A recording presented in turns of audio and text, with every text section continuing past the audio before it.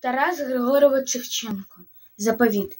Як умру, то поховайте мене на могилі серед степу широкого, на Вкраїні милій, щоб лани широкополі, і Дніпро, і кручі було чути, як реве ревучий, як понесе з України у синє море кров ворожу, а до того я не знаю Бога. Все покину і полину до самого Бога молитися, а до того я не знаю Бога.